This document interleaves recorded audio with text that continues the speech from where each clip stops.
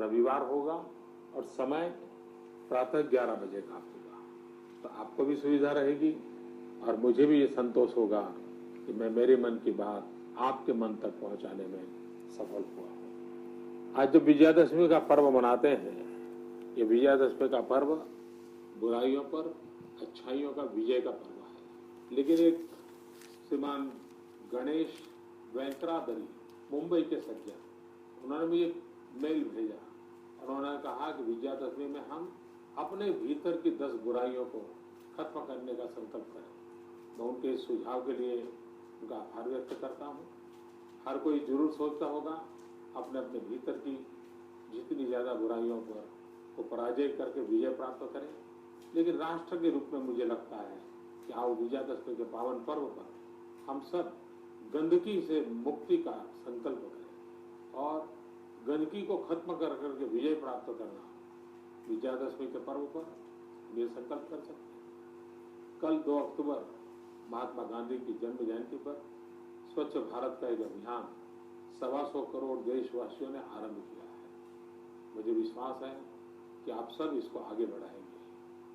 मैंने कल एक बात कही थी स्वच्छ भारत अभियान में कि मैं 9 लोगों को निमंत्रित करूंगा और वे खुद सफाई करते हुए अपनी वीडियो को सोशल मीडिया में अपलोड करेंगे और वे और 9 लोगों को निमंत्रित करेंगे। आप भी इसमें जुड़िए, आप सफाई कीजिए, आपके 9 जिन लोगों को आप आह्वान करना चाहते हैं उनको कीजिए, वे भी सफाई करें।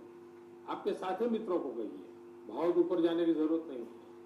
वो और 9 लोगों को कहे, वो और 9 लोगों को कहे, धीरे धीरे पूरे देश में ये माहौल बन जाएगा। मैं विश्वास करता हूँ इस काम को आप आगे बढ़ाएंगे। अब जब महात्मा गांधी की बात करते हैं तो खादी की बात बहुत स्वाभाविक ध्यान में आती है। आपके परिवार में अनेक प्रकार के वस्त्र होंगे, अनेक प्रकार के फैब्रिक्स होंगे, अनेक कंपनियों के प्रोडक्ट होंगे। क्या उसमें एक खादी का नहीं हो सकता क्या?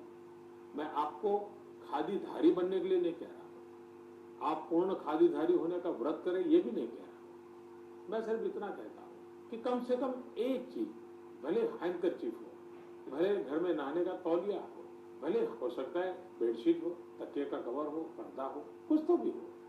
अगर परिवार में हर प्रकार के फैब्रिक का शौक है, हर प्रकार के कपड़ों का शौक है, तो एक ये भी तो होना चाहिए। और ये मैं इसलिए कह रहा हूं कि अगर आप खादी का वस्त्र खरीदते हैं तो एक गरीब के घर में दिवाली का दिया जलता है। और इसलिए एक आध चीज, और इन दिनों तो 2 अक्टूबर से लेकर करीब महीने भर खादी के बाजार में स्पेशल डिस्काउंट होता है, उसका फायदा भी उठा सकते हैं। एक छोटी चीज और आग्रह पूर्वक इसको करिए। आप देखिए गरीब के साथ आपका कैसा जुड़ाव आता है, उस पर आपको कैसी सफलता मिलती है। मैं जब कहता हूँ 125 करोड़ देशवासी, अब तक क्या हुआ है? हमको लगता है कि सब कुछ सरकार करेगी और हम कहाँ रह गए, हमने देखा है। अगर आगे बढ़ना है तो 125 करोड़ देशवासियों को करना पड़ेगा। हमें खुद को पहचानना पड़ेगा, अपनी शक्ति को जानना पड़ेगा। और मैं सच बताता हूँ, विश्व में अजोड़ लोग हैं। आप जानते हैं हमारे ही वैज्ञानिकों ने कम से कम खर्च में मार्स पहुंचने का सफल प्रयोग सफलतापूर्वक पार कर दिया। हमारी ताकत में कमी नहीं है, सिर्फ हम अपनी शक्ति को भूल चुके हैं, अपने आप को भूल चुके हैं। हम जैसे निराश्रित बन गए हैं। नहीं मेरे प्यारे भाइयों बहनों, ऐसा नहीं हो सकता। स्वामी विवेकानंद अक्सर एक बात हमेशा बताया करते थे, शायद ये बात उन्होंने कई बार लोगों को सुनाई होगी। विवेकानंद जी कहते थे कि एक बार एक शेरनी अपने 2 छोटे छोटे बच्चों को लेकर के रास्ते से गुजर रही थी। दूर से उसने भेड़ का झुंड देखा तो शिकार करने का मन कर गया, तो शेरनी उस तरफ दौड़ पड़ी और उसका एक बच्चा भी उसके साथ दौड़ने लगा, लेकिन दूसरा बच्चा पिछड़ गया। शेरनी भेड़ का शिकार करते हुए आगे बढ़ गई। एक बच्चा भी चला गया, लेकिन एक बच्चा बिछड़ गया। जो बच्चा बिछड़ गया उसमें एक माता भेड़ ने उसको पाला पोसा बड़ा किया और वो शेर भेड़ के पीछे ही बड़ा होने लगा। उसकी बोलचाल, आदतें सारी भेड़ जैसी हो गई। उसका हंसना, खेलना, बैठना, उठना सब भेड़ के साथ ही हो गया। एक बार वो जो शेरनी के साथ बच्चा चला गया था वो बड़ा हो गया था, उसने एक बार इसको देखा, ये क्या बात है, ये तो शेर है और भेड़ के साथ खेल रहा है, भेड़ की तरह बोल रहा है, क्या हो गया इसको। तो शेर को थोड़ा अपना हम पर ही संकट आ गया, तो इसके पास गया, तो कहने लगा, अरे तू क्या कर रहे हो, तुम तो शेर हो। क्या नहीं, अच्छा भेड़ हूँ, मैं भी इन्हीं के बीच बड़ा हूँ, इन्होंने मुझे बड़ा किया है, मेरी आवाज़ देखिए, मेरी बातचीत का तरीका देखिए। तो शेर ने कहा कि चलो मैं दिखाता हूँ तुम कौन हो। उसको एक कुएं के पास ले गए और कुएं में पानी के अंदर उसका चेहरा दिखाया और खुद के चेहरे के साथ उसको कहा, देखो हम दोनों का चेहरा एक है, मैं भी शेर हूँ, तुम भी शेर हो। और जैसे ही उसके भीतर से आत्मसम्मान जगा, उसकी अपनी पहचान हुई, तो वो भी उस शेर की तरह भेड़ों के बीच पला हुआ शेर भी दहाड़ने लगा, उसके भीतर का सत्व जग गया। स्वामी विवेकानंद जी यही कहते थे, मेरे देशवासियों, 125 करोड़ देशवासियों के भीतर अपार शक्ति है, अपार सामर्थ्य है, इतना सामर्थ्य है, हमें अपने आप को पहचानने की जरूरत है, हमारी भीतर की ताकत को पहचानने की जरूरत है। और फिर जैसा स्वामी विवेकानंद जी ने कहा था, उस आत्मसम्मान को लेकर के, अपनी सही पहचान को लेकर हम चल पड़ेंगे तो विजयी होंगे, सफल होंगे, और हमारा राष्ट्र भी विजयी होगा, सफल होगा। मुझे लगता है हमारे 125 करोड़ देशवासी भी सामर्थ्यवान है, शक्तिवान है, हम भी बहुत विश्वास के साथ खड़े हो सकते हैं। इन दिनों मुझे ईमेल के द्वारा, सोशल मीडिया के द्वारा, फेसबुक के द्वारा कई मित्र मुझे चिट्ठी लिखते हैं। एक गौतम पाल करके व्यक्ति ने एक चिंता जताई है, उसने कहा है कि जो स्पेशली एबल्ड चाइल्ड होते हैं, उन बालकों के लिए नगर पालिका हो, महानगर पालिका हो, पंचायत हो, उसमें कोई विशेष योजनाएं होती रहनी चाहिए, उनका हौसला बुलंद करना चाहिए। मुझे उनका ये सुझाव अच्छा लगा, क्योंकि मेरा अपना अनुभव है। जब मैं गुजरात में मुख्यमंत्री था तो 2011 में एथेंस में जो स्पेशल ओलंपिक होता है, उसमें जब गुजरात के बच्चे गए और विजयी होकर के आए, तो मैंने उन सब बच्चों को, स्पेशली एबल्ड बच्चों को मेरे घर बुलाया, मैं 2 घंटे उनके साथ बिताए। शायद वो मेरे जीवन को बहुत ही इमोशनल, बड़ा प्रेरक वो घटना थी, क्योंकि मैं मानता कि ये किसी परिवार में स्पेशली एबल्ड बालक है तो सिर्फ उनके माँ बाप का दायित्व नहीं, ये पूरे समाज का दायित्व है। परमात्मा ने शायद उस परिवार को पसंद किया है, लेकिन वो बालक को सारे राष्ट्र की जिम्मेवारी होता है। बाद में इतना मैं इमोशनली टच हो गया था कि मैं गुजरात में स्पेशली एबल्ड बच्चों के लिए अलग ओलंपिक करता था। हजारों बालक आते थे, उनके माँ बाप आते थे, मैं खुद जाता था। ऐसा एक विश्वास का वातावरण पैदा होता था। और इसलिए मैं गौतम पाल के सुझाव जो उन्होंने दिया है, इसके लिए मैं ये अच्छा लगा और मेरा मन कर गया कि मुझे ये सुझाव आया है तो मैं आपके साथ शेयर करूं। एक कथा में और भी ध्यान आती है। एक बार एक राहगीर रास्ते के किनारे पर बैठा था और आते जाते सबको पूछ रहा था, मुझे वहां पहुंचना है, रास्ता कहाँ है। पहले को पूछा, दूसरे को पूछा, चौथे को पूछा, सबको पूछता ही रहता था। और उसके बगल में एक सज्जन बैठे थे, वो सारा देख रहे थे। बाद में खड़ा हुआ, खड़ा होकर के किसी को पूछने लगा, तो वो सज्जन खड़े होकर के उसके पास आए। उसने कहा, देखो भाई, तुमको जहाँ जाना है ना, उसका रास्ता इस तरफ से जाता है। तो उस राहगीर ने उसको पूछा, भाई साहब, आप इतनी देर से मेरे बगल में बैठे हो, मैं इतने लोगों को रास्ता पूछ रहा हूँ, कोई मुझे बता नहीं रहा है, आपको पता था तो आप क्यों नहीं बताते?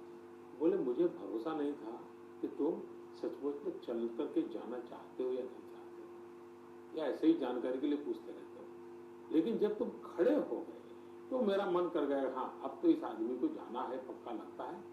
तब जाकर के मुझे लगा कि मुझे आपको रास्ता दिखाना चाहिए। मेरे देशवासियों, जब तक हम चलने का संकल्प नहीं करते, हम खुद खड़े नहीं होते, तब रास्ते दिखाने वाले भी नहीं मिलेंगे, हमें उंगली पकड़ कर चलाने वाले नहीं मिलेंगे। चलने की शुरुआत हमें करनी पड़ेगी। और मुझे विश्वास है कि 125 करोड़ देशवासी जरूर चलने के लिए समर्थवान है, चलते रहेंगे। कुछ दिनों से मेरे पास जो अनेक सुझाव आते हैं, बड़े इंटरेस्टिंग सुझाव लोग भेजते हैं। मैं जानता हूं कब कैसे कर पाएंगे, लेकिन इन सुझावों के लिए, क्योंकि ये भी सक्रियता जो है ना, ये देश हम सबका है, कोई सरकार का देश थोड़ा है, नागरिकों का देश है। नागरिकों का जुड़ना बहुत जरूरी है। मुझे कुछ लोगों ने कहा है कि भी जो लघु उद्योग शुरू करते हैं तो उसकी पंजीकरण जो प्रक्रिया है वो आसान होनी चाहिए। मैं जरूर सरकार में उसके लिए सूचना करूंगा। कुछ लोगों ने मुझे लिख करके भेजा है कि बच्चों को 5वीं कक्षा से ही स्किल डेवलपमेंट सिखाना चाहिए, ताकि वो पढ़ते पढ़ते ही कोई न कोई अपना हुनर सीख ले, कारीगरी सीख ले। बहुत ही अच्छा सुझाव उन्होंने दिखा है। उन्होंने ये भी कहा है कि युवकों को भी कंपलसरी स्किल डेवलपमेंट होना चाहिए उनकी पढ़ाई के अंदर। किसी ने मुझे लिखा है कि हर 100 मीटर पे एक डस्टबिन होना चाहिए, सफाई की व्यवस्था करनी है। तो कुछ लोगों ने मुझे लिख करके भेजा है कि पॉलीथीन की बैग पर प्रतिबंध लगना चाहिए। ढेर सारे सुझाव मुझे लोग भेज रहे हैं।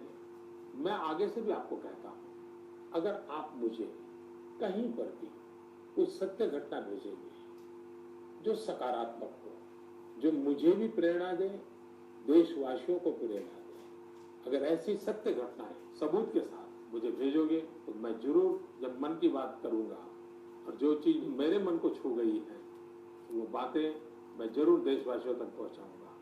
ये सारा मेरा बातचीत करने का इरादा एक ही है, आओ हम सब मिलकर के अपनी भारत माता की सेवा करें, हम देश को नई ऊंचाइयों पर ले जाएं। हर कोई एक कदम चले।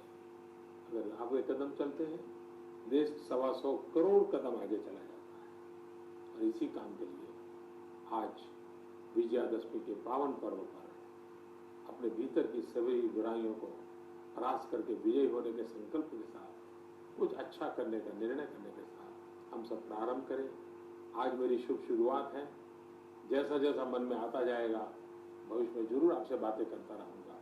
आज जो बातें मेरे मन में आई वो बातें मैंने आपको कही हैं। फिर जब मिलूंगा, रविवार को मिलूंगा, सुबह 11 बजे मिलूंगा।